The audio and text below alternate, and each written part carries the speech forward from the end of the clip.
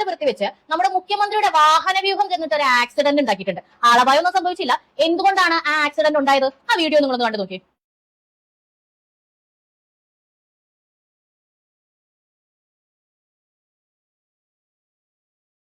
ആ റോഡിൽ വരച്ചു വെച്ചിരിക്കുന്ന മഞ്ഞ വര നിങ്ങൾ കണ്ടോ? അതാണ് യെല്ലോ സ്ട്രൈപ്ഡ് മീഡിയൻ. അതായത് ഒരിക്കലും ഓവർടേക്ക് ചെയ്യാൻ പാടില്ലാത്ത ഡബിൾ വാർണിംഗ് തരുന്ന സ്ട്രൈപ്ഡ് മീഡിയൻ.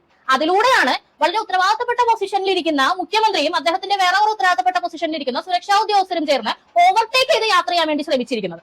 ആദ്യം പോയി ജീപ്പുകാരൻ കറക്റ്റ് ആയിട്ട് ബ്രേക്ക് ചവിട്ടിയത് കൊണ്ട് മാത്രം ആളപായമില്ലാതെ രക്ഷപ്പെട്ടു. അല്ലെന്നുണ്ടെങ്കിൽ ആ സ്കൂട്ടറിൽ വന്ന ചേച്ചിയുടെ കാര്യം ഒന്ന് ആലോചിച്ച് നോക്കി.